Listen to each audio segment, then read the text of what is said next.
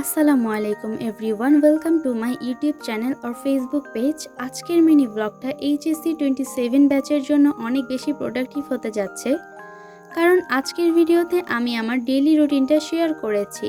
প্রথমেই এখানে একটা রিফ্রেশিং ড্রিঙ্ক বানায় নিচ্ছি। পড়তে পড়তে ঘুম চলে আসলে বা টায়ার্ড ফিল হলে আমি এটা খাই। এখানে লেমন, সুগার, সল্ট এবং ওয়াটার দিয়ে একটা সিম্পল ড্রিঙ্কস বানিয়ে নিয়েছি। এটা খাওয়ার পরে অনেক বেশি এনার্জেটিক ফিল হয়।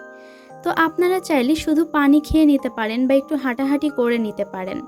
সো কথা না বাড়িয়ে চলেন রুটিনটা শেয়ার করি। যেহেতু আমরা এইচএসসি 27 ব্যাচ, সেই জন্য পড়াশোনার দিকে আমাদেরকে সবচেয়ে বেশি গুরুত্ব দিতে হবে।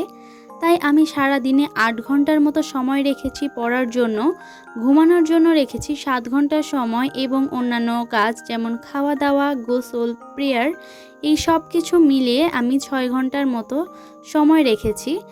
যেহেতু আমি ইউটিউবে ভিডিও আপলোড করি, সেই জন্য ভিডিও মেকিং অ্যান্ড এডিটিংয়ের জন্য একটা সময় লাগে, তাই আমি বাকি সময়টুকু এখানেই কাজে লাগিয়েছি। আপনারা চাইলে এই সময়টুকু খেলাধুলা, রেস্ট নিতে পারেন বা পড়তেও পারেন।